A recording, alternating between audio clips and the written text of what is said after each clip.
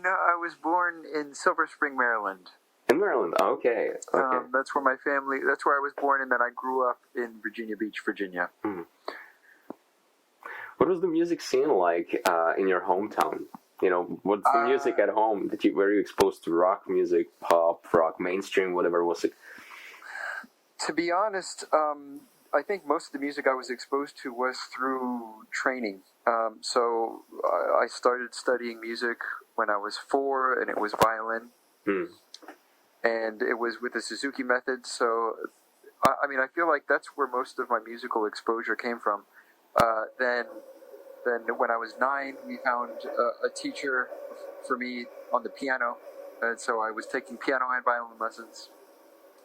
But to be honest, the actual surrounding area of Virginia Beach doesn't have much of a definable music scene. When I was growing up, there weren't too many venues, and the situation really hasn't changed much. So yeah, I think I discovered music. It was always there, but maybe it wasn't really as important until.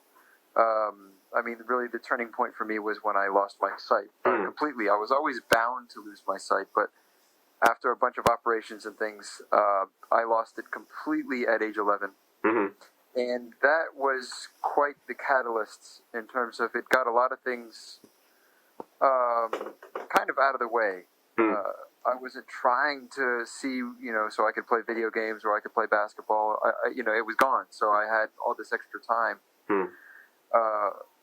And the piano was just what I gravitated towards. And then I vividly remember practicing more, and what that did is it made me more hungry to learn new music. And the more music I started to explore on my own, the more I actually developed the passion for what I was. So I was very passionate about trying to learn more Bach, and then Chopin, and that carried me into high school, where I discovered jazz, and then that whole kind of opened up a whole new thing for me. But quite honestly, I think even though I'm not like technically super grateful to be blind, but in a way it was a helpful step in me getting rid of a lot of distractions and realizing how important music was. And do you remember a moment when you consciously started practicing, each element of music, harmony, then separately rhythm, and separately melody? Or were you always inclined to use a song and you would gain all this information about harmony, melody, and rhythm from a particular song, and then you would move on from a record to record?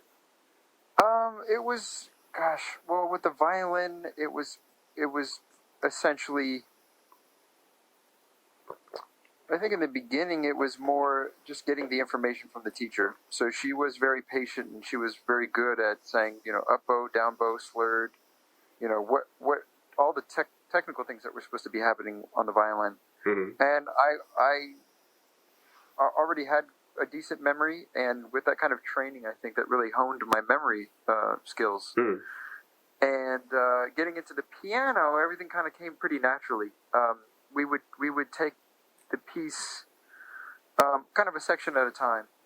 So each lesson would be dedicated to one particular part of the piece, and it was a slow-going process. But I wasn't using any other form except for learning by ear.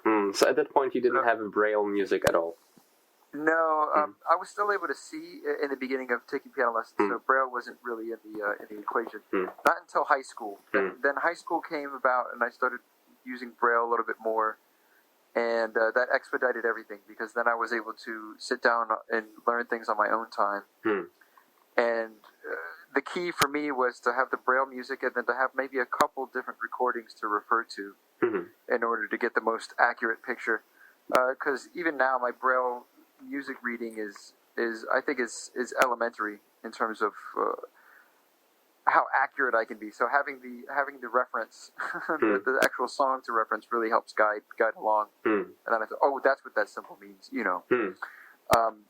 But yeah, it's always been kind of, and even with the Braille music, it was kind of like, okay, let me tackle it. I preferred there's all kinds of different ways to organize Braille music, and my thing was section by section. So if you're ordering Braille music, you'll see SBS next to the title.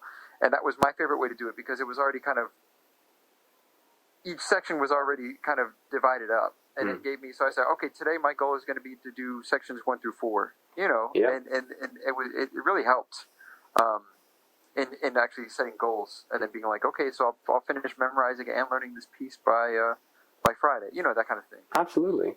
Could you recommend any companies that are, or publishers that really are mainly specializing in Braille music? Well, so my experience with Braille music has been strictly through the Library of Congress. The Library of Congress, yeah. And they were incredible. I mean, well, they continue to be incredible. It's a library, it's a lending service.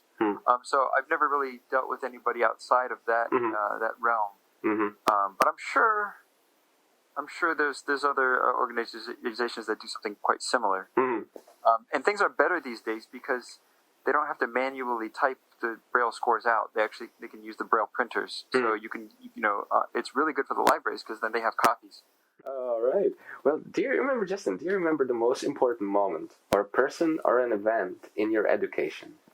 So I'm sure there's plenty of, but maybe you could say your education when you were in high school and now your education as a professional artist. I think in high school, I would say the most memorable thing for me in high school was getting to spend time with my first jazz piano teacher. Her name was Liz Barnes. And I think she really, oh gosh, there's something. She was extremely instrumental in, I think, helping me develop. She was very unselfish with the knowledge she shared. And also, I think we were on very similar wavelengths in terms of, she was extremely, and her approach and the things that she had gone through as a performer, I think, in terms of like nerves and stage fright, and she was kind of an all around really good teacher for me to work with. She taught me almost everything that I still know in terms of like soloing and how to understand swing and groove and just a really special relationship. And then I think moving on into college and kind of professional, I would say there was 2 individuals in particular that stand out for me. Mulgrew Miller was the head of the program at William Paterson, where I went to school, and Clark Terry was essentially just living near the campus. He lived in Jersey at the time, and so because he was in proximity, I think just a group of the students would go over to his place and hang out. But those 2 musicians, I was fortunate to spend time with each one of them in different capacities. Mulgrew first as a teacher at the school, but then I kind of followed him around everywhere he went. When he was performing in New York, I'd go to all of his gigs, and he was just a very gracious and humble piano player, even though he was clearly one of the best musicians I had ever been in contact with. He just had this way of carrying himself that was so beautiful, and it was the same with Clark.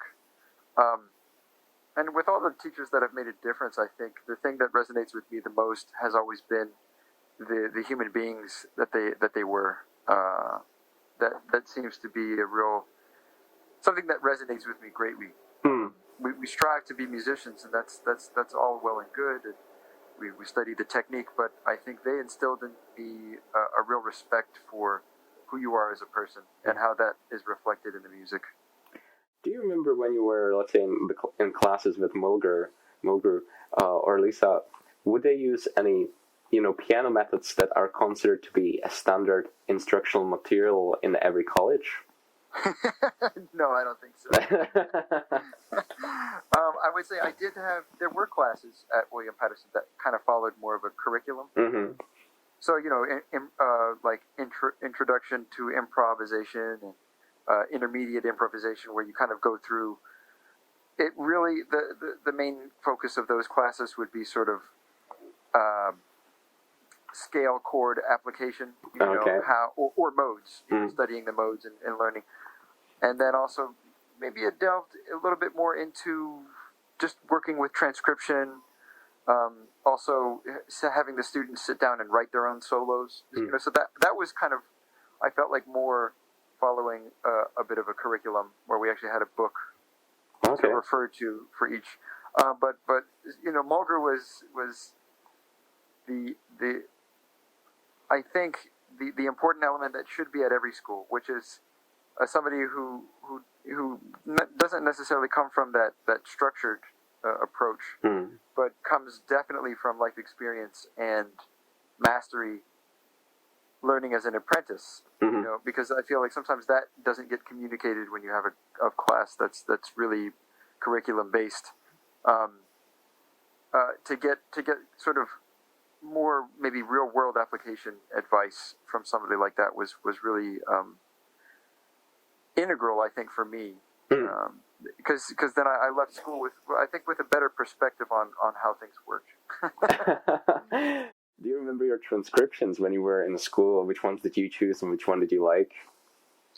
Yeah, the first time that I really took a transcription seriously was actually in high school. And I got to take part in this jazz camp for high school students called the Vail Jazz Workshop. It takes place in Vail, Colorado. And the person, well, I guess the artistic director, the guy that runs it, is John Clayton. And but even before we got there for the week of workshops and things and classes, the task for all students going to the workshop was to pick 3 different solos and transcribe them and bring them in and be able to play them. And I remember I chose Chick Corea playing over Fingerprints off of Past, Present, and Futures, this trio record he did. So that was a good pick because it was a minor blues, basically, C minor blues. Then I did Herbie Hancock over 7 Steps to Heaven with Miles Davis. And then the third one was Bill Evans playing Solar with from Sunday at the Village Vanguard. So I spent a lot of time with those. And he actually... It was funny, too, because we went through the whole week, and I was like, when are we going to have to play them, Do we have to play them for the teachers? And then one of the teachers was like, oh, no, you just had to do it. It's good for you, It's like, we're not gonna have you sit down and have to play them perfectly for us, but it's something that it's just something that's really good to do, be in the practice of doing that, internalize these things. So those still stand out, actually. And then... I've transcribed, I think, probably since then, I've transcribed more horn players and guitar players than I have piano players. Because I find the vocabulary that they develop to be quite fascinating. But yeah, those stand out. I remember telling Mulgrew at class one time, he said, oh, hey, Mulgrew, I think I'm going to work on transcribing your solo over the song, Joshua. And he just went like, oh, no, don't do that. But that was just his vibe. He's always very, very humble person. Do you remember when you were auditioning for your college? Because I remember from one of those videos and interviews you put on the internet, actually, for the Congress, the Library of the Congress, you mentioned that you checked out New School, you checked out Juilliard, Berkeley, and you decided to go to New Jersey. And I wonder what was the part of the auditioning process? So each school had different requirements. Juilliard was the only one that required an actual live audition. So with all of them, you had to send in a tape. And it was fairly simple, just like me playing trio, with, maybe, playing a blues, playing a ballad, playing, they all had their own specific kind of requirements or whatever. So what I remember is I made one trip and I went to go see the I know I had stopped by the new school already, so I had seen that and kind of gotten the vibe for it. Berkeley, I never actually went up there all the way to check it out, but I remember seeing some of the like Juilliard student performances. Yeah, actually, it was. I remember it because it was playing the music of Donald Brown, who was a very good friend of Mulgrew's and of James Williams, who was also at William Paterson. But anyways, so I went to go see them, and it was very impressive. And the day after, I went to go see William Paterson students perform. They have a thing that they do. It's very kind of like a relaxed environment where all of the bands get to play for each other. So, everybody takes turns. All of the different ensembles get a chance to play for the whole student body. And I think New School does something very similar, too. But anyways, they have it open for prospective students. So I was able to go and watch kind of a full day of the student performances. And it was such a contrast. And this is not really to say anything that reflects really on the Juilliard School or the William Paterson School. But the experiences that I had were that the Juilliard was nice, but it was very sterile. The performance, it just left me kind of cold. And then William Paterson was such a contrast to that. It was warm. A lot of the teachers were telling stories. Harold Mabrin was there. He's another pianist who was telling some amazing, life stories. It had such a community vibe to it. And I thought, gosh, I think this is where I want to go. And then the ultimate deciding factor for me was finances. All the other schools offered some sort of scholarship, but they were all, because they're music conservatories, they don't offer anything except for like a music talent-based scholarship. And I would get like half to 75% paid, but these tuitions were still so much that it wasn't feasible. I'm like, I'm not going to go into debt just so I can go to school here. William Paterson, on the other hand, offered academic and talent-based scholarships. So I was able to get a full ride to go to a school in New Jersey, and it was still only just 30 minutes outside of New York City. So it was just kind of like, oh yeah, it's a no-brainer. I don't have to go into debt, and I can still see all the shows that I want to see whenever I want to go in. And it was yeah. And plus, I got to study with teachers from New York. From New York, absolutely. But yeah, the Juilliard audition process was definitely memorable. It was just kind of a funny thing. There was only one piano seat open. They made that very clear. So already you're going in there knowing that only one of you is going to get accepted. So it's already like not a pleasant atmosphere. But what a pressure, right? John Batiste, who's the pianist for the Late Show with Stephen Colbert. He went like two pianists before me. And he was the one who, of course, was accepted to the program. But I mean, it was just talk about high pressure, and I feel now that it's unnecessary high pressure that gets placed in those situations. It's very artificial, but a good challenge nonetheless. If you could cast light on how you learned to manage your fears or your anxiety on stage. Well, it's like I said. I mean, I felt the.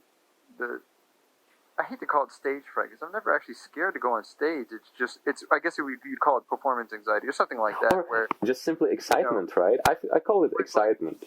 Yeah, it's an energy, and if harnessed the wrong way, can be quite debilitating. Probably the best advice I could give is the advice I got from Clark, and it's kind of illustrated through the film, but it's a matter of, instead of going on stage and automatically focusing on the things that you could mess up, which are always a bunch of things, just be grateful for the experience. I think that's really what Clark was trying to instill into me. So this is a positive thing. Don't turn it into something where you're dwelling on all the things that could go wrong. Just be grateful that you actually could be there in the first place. Not everybody gets that opportunity. So to have that kind of mindset, of course, when you're getting ready to go on stage, it's just like anything. When you have those butterflies and things, there's not really anything anybody could ever tell you to make it go away. Because you're like, I'm miserable. I'm just scared. I'm freaking out. and it is always kind of an issue because there's a disconnect between how your body reacts to something and how you process it mentally. It's like I could tell myself to stop and stop shaking, but my body is just going to keep on going. Yeah, it's an ongoing thing. The best way to overcome it, I think, is just to force yourself through those experiences, because the more you do it, the less afraid you will be of it. I think that's pretty key, and it's been that way for anything, any kind of phobia. I think if you stress, because I had a lot of stress about traveling, and the more I did it, the less fearful I became. And also, it's good again to have those negative experiences, because then you realize life continues, even though you've gone through some whatever you totally messed up on stage, and you realize like the next day still comes, the sun still comes up, and it's like, okay, just do better. Hopefully you'll get another opportunity, and you can redeem yourself or improve, or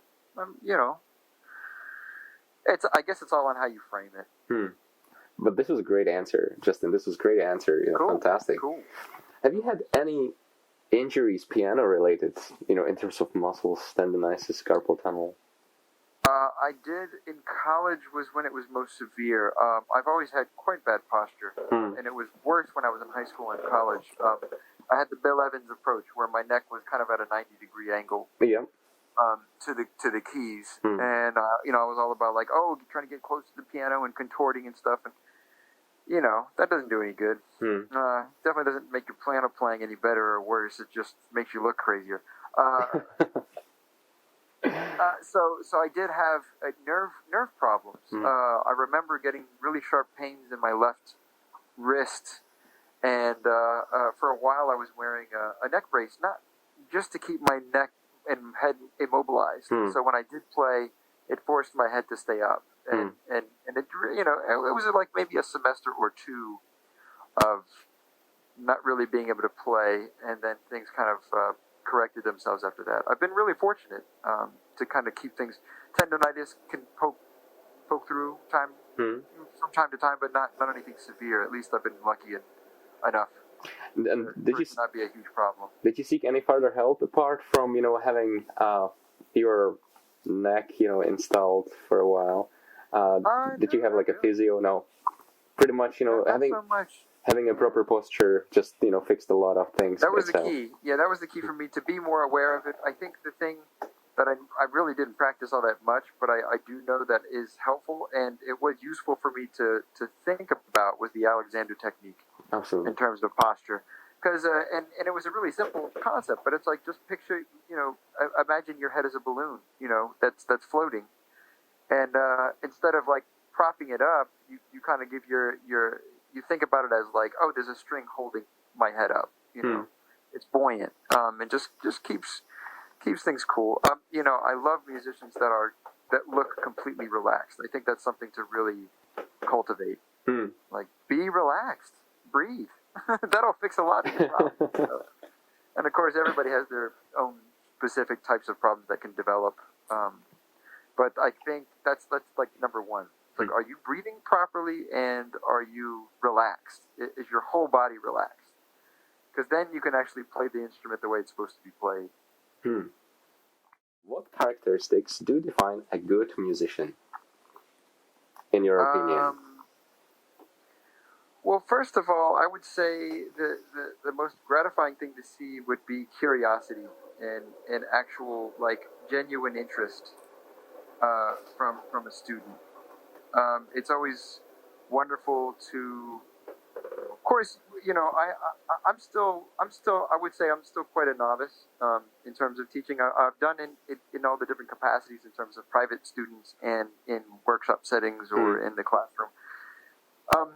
And so with my limited experience, it's nice to give them something to do, give them a task for the week, and then for them to come in not only with that task accomplished, but with questions. That makes it so much more rewarding for me as a teacher to know that I'm working with somebody who has that interest beyond just accomplishing some task, or if it's out of some sense of responsibility that they're doing it, taking music lessons, or just to have that innate curiosity about things. to want to just to simply want to know like how things work instead of me having to be like, okay, now here's the next lesson. I think with an actual plan and with that kind of approach to music, it can be a very positive experience for both of us, I think. And then yeah. Yeah, go ahead, guys. Sorry. I guess I'm thinking aloud, but well, you have all kinds of different levels. I think of what comes naturally to each student, and I don't know. I think it really boils down to, especially when you're working at the beginner to intermediate stage. It really is it's the work ethic, It seems to be harder to come by these days too. Just like here it is. This is how it works. Because I've never been one for flash. So it's like, here's what we're going for. Now it's not going to be, skating in Central. It's not going to be super easy all the time. There will be times where it's going to be confusing or challenging. But that's a part of it. It will be rewarding, and sometimes it can be difficult to communicate that. But if they have the right kind of work ethic, it usually works out really well. What do you think were the common mistakes or false assumptions students would make about being a professional musician? I saw this a lot in college. The most prevalent misconception with students when I was in school was the fact that they can approach getting a degree in the arts the same way one might approach getting a degree in biology, or where you can graduate in a music program with straight A's, but that does not translate into the real world. If there were the students that approached music school as they did with all school. So when they were done with their musical task, whatever it was, for class, they had to write a big band chart. They'd write the big band chart, and then they would go off and really wouldn't touch music until it was time to do it again for class. And that kind of boggled my mind, because a lot of time, with music, it's kind of there should be passion behind it. Yeah. And it was very confusing to encounter that. And I remember Mulgrew was very confused in one of the groups, because he says, "Oh, what have you guys been listening to?" And it was a group of about 6 musicians, and nobody had anything to say. They were like, "Oh, I don't know," and he was just like, "Well, that's odd." That was his comment. Like, "Well, that's very strange." And then he moved on. He's like, you guys aren't listening to any music. That's very strange. I don't know how to, connect with that. How do you? And because it's like, yeah, if you're studying to be a doctor, most likely you're not going to like go read your biology book over the weekend. But in music school, and then that translates also into not only just like, oh, I spent all these hours in the practice room, so give me a gig. That also is just not the right approach, and I think, at least in my experience, we were not prepared adequately for, I think, being a working professional. And speaking of getting gigs, right? Exactly. Yeah. What networking actually means, and what being available really means, and what having a good attitude really means, and being a good traveler and developing good interrelational skills. These go. You don't learn that stuff in a practice room. You don't learn how to connect with people, and it's like that club owner is going to give the person who they've been talking to, and who's been hanging out at the club, he'll give that person a gig way quicker than he's going to give you a gig, no matter how good you are. If you haven't made that effort to connect with that club owner or with the other musicians that are hanging out at the club. And it should be a natural thing, but I think for a lot of music students, it doesn't seem to compute. And if they haven't been really warned about that or told about it while in school, it becomes pretty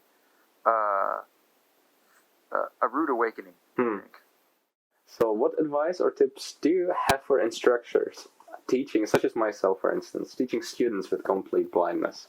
We're talking somebody that is a beginner, and what kind of form of learning did you prefer?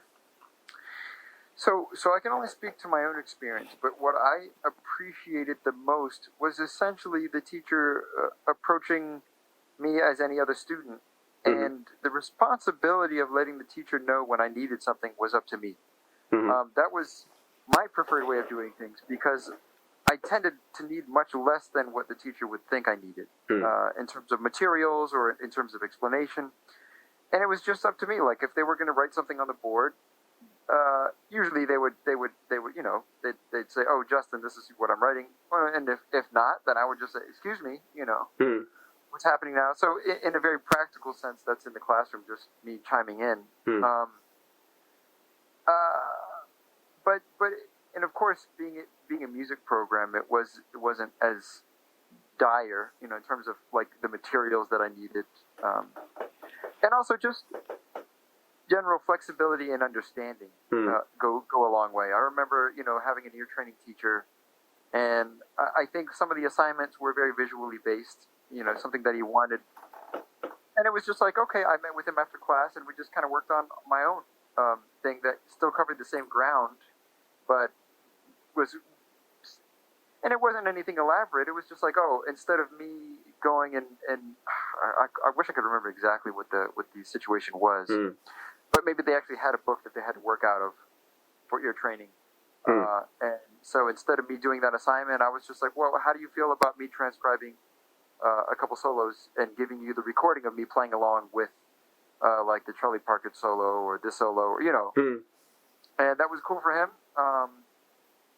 I'm trying to think of even how, like, when we did ear training exams, obviously, I would just type out my answers and then email them directly to him right after class. It's like, I don't know, simple stuff like that. But I think it was best when it was kind of, and maybe it's something that needs to be discussed, but I think it's best when it's in the blind student's court in terms of like, here's what I need. Yep. Because I think for each one it will be individual. Some people will want more. For me, I loved having less. And being able to determine where I needed it, because then I felt more integrated into the class. Do you remember the process of learning correct fingering for particular tunes? In the beginning, it was very problematic because I didn't have Braille music, and this is talking about classical music. I still have pieces that I try to play, and because of the fingering is incorrect, I constantly play it. All right.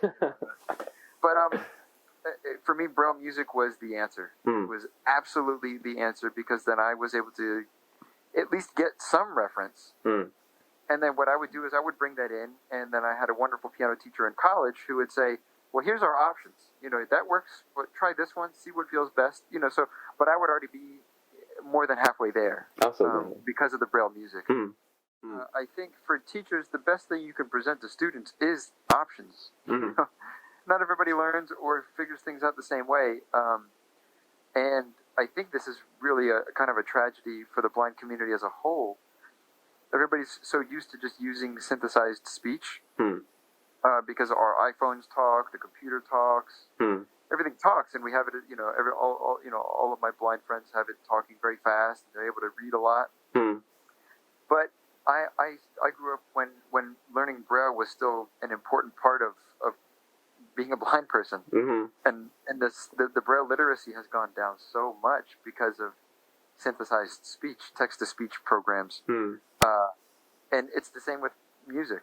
Not everybody learns really well by ear, so they should have the option, and Braille might be a better answer for some students. But if they don't have the option, it's kind of like they might be miserable always trying to learn by ear when really they've been meant to be learning with actual written music. So options are good. How do you approach learning a new set of songs? Let's say for either your own original music when you go on tour, or when somebody else gives you a new set of music that they would like to play, in the evening with you. I take any format that I can get. Some people, when they write larger works, like I have a buddy. He does stuff for like Nanette, so it's a bigger group. But he writes everything in Finale. So I have him send me the MIDI file, and then I just play that with my computer, and it's like really crappy sounds, but I can get a sense of the specifics that he's got written into the chart. And then I also will get like a overall kind of recording of a piece if it's been played before. And I can decipher what's needed from that. Or if it's just a piece that somebody, like, you know, for instance, somebody said, oh, we're doing a gig in a couple weeks, and the guy that's running the guy whose gig it is, he said he wants to play this song, so they just sent me a YouTube link. All right. So I'll check it out that way, you know. It's whatever format works and whatever gets the job done. YouTube and Spotify and Apple Music have been my best friend in terms of gigs, because even when I'm on the gig, somebody mentions a song, and if there's one thing that I'm proud about is that I can learn songs very quickly. So that kind of ability is always nice to have. And then when I have the internet, it's like, oh yeah, you know, which version do you want me to check out? Ella's version or Austin Peterson's version? And then I can really get a sense for it and learn it relatively quickly, and it makes things interesting for me. You're recording Silent Night and let's say Coming Home. What was the story behind these two albums? And how long were you preparing, you know, for a release? Let's say, was there a plan that you will have a residency and each week you will introduce a new song, and after a year you will present it? Or was it a matter of 1 week when you spent 3 days in a studio, 2 days gigging, and the last day recording and mastering? How did you approach it? So Silent Night was a very independent project. So basically I just said, I want to do something, and I'm not going to plan too much because I want it to be more in the moment. And all I did was book studio time back in Virginia. You know, the piano was decent. It's like just a decent Yamaha C7. But I thought the room was nice, so I said, I'll record it there. And I think I booked 3 days just by myself in that studio with the engineer, and I just went through songs. I said, well, let's try this, you know. And I wanted to just capture how I felt at that time. And my only goal was really to make a holiday album that was not like, I wasn't trying to make a dinner music Christmas CD. It was meant to be more meditative and contemplative. So of course people were like, I don't understand, why'd you do that? Because that's what I wanted. I made a CD for myself that wasn't Holly Jolly Christmas. You know? I said, Michael Bublé already did that very well. I don't really feel like we need to do another one. So whatever. I jokingly say it's my sad Christmas album, but it isn't. To me, it's not. It definitely has like I said, it's more like an assistant to meditation. Coming Home was really. It was kind of that one was a little bit harder to come by because I had to force myself. I said, well, it's been long enough. I need to make a new CD. There was just too much time in between the when I did the last one. I know I was contractually like obligated to wait before I could record a new CD, but anyways, that time passed, and I was like, okay, it's time. And I had rough ideas kind of floating around in my head. I just kind of made a Word document with saying like, oh, maybe it'll be like this, maybe I'll do something along these lines, and it coalesced. I knew who I wanted to work with, and I think that's really what the main inspiration behind the record was. Of course, I wanted Quincy Jones to be involved, and he was on board, but I also wanted Derek Hodge to be involved with the process as well, because I had been a fan of his, seeing him play with all of my favorite groups, and also knowing that he had a connection with Clark Terry and played in Mulgrew Miller's trio. So I thought, man, he's a perfect fit. You know, we just it's coming from the same ilk. So and I wanted his creative input. I wanted him to give my music direction that I wouldn't have been able to give myself. And so we came into the studio mainly with sketches. I said, here's some stuff that I kind of been playing live, but not really, and I'm not really sure where it's going to take, and I don't know really if I'm going to record all of it, but here it is. And I sent it, I sent MIDI, like I just sent up like mock-ups to the band. And when we got into the studio, we just kind of workshopped each idea, and we spent 3 days in the studio just doing all the tracks live and layering however we felt. It was a chance for all of us to just be creative and use the studio for what it could offer. So, like, if the drummer felt like he wanted to add auxiliary percussion, he could. And I did likewise. And Quincy loves that kind of approach to recording, too. He loves the spur of the moment type things that you can get into when you're just inspired. And I think it really worked out well for us because I kept things generally open. One song, well, actually the title track was not going to get recorded because I was like, gosh, I think I already have like 2 songs that are kind of like it, and I don't want to record it. And then Derek was like, well, I don't know, I kind of like the idea, so why don't we just do it in a different meter and kind of have Corey do something different over it. So the tune actually took on a completely different vibe based on Derek's recommendation, and then became a lot of our favorite tracks. So that's why we made it the title track. But that kind of input from somebody else really helps. Do you remember when you're, let's say, mixing and mastering, what kind of sound of the album you're looking for? What is it that you like about the piano, about the drums, the volume of each instrument? What do you like? Ultimately, what I liked was the overall sound. And I know some people would be confused by it because they're like, the piano's not really in the forefront, and that's how I prefer things. It's a group effort, and even though it's my CD, I tend to look at it as more of a overall painting, and how each thing blends was very important to me. So like the actual overall sound was what I was more interested in, and I loved the fact that we had it's kind of like, we took my compositional ideas and then framed them in this very warm blanket. I loved the bass being more present. Most of the music that I like listening to has more of a bass presence. I didn't want it to be a traditionally kind of acoustic jazz record that, to me, tends to sound colder than I'd like. So we went in like the complete opposite direction. We went for warm. We went for much more thick, kind of lower end. So with the bass and the kick drum and the way the drummer played was really unique, and the kind of drum sound that we ended up getting was perfect because it kind of hints at a more vintage kind of dirty sound, which I really liked. And it was gratifying to make something that sounded so much different and more unique for me.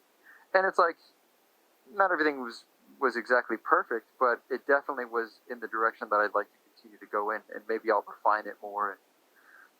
It's like, yeah, why not? Why not get an engineer and get their input, get their creative input, instead of the engineer just being transparent and saying, here, I'm capturing the piano and I'm capturing the drums and I'm capturing, and it's all as authentic to the experience as possible. It's like, I love being creative and saying, like, what happens if we add this to the track, or if we do something like that? That's very exciting to me too. Right now, and I wish you have a nice Friday. Hey, you too. Yeah, have a great weekend. Yeah. Okay, bye, Justin. Thank you so much. Bye. Thank you. Bye.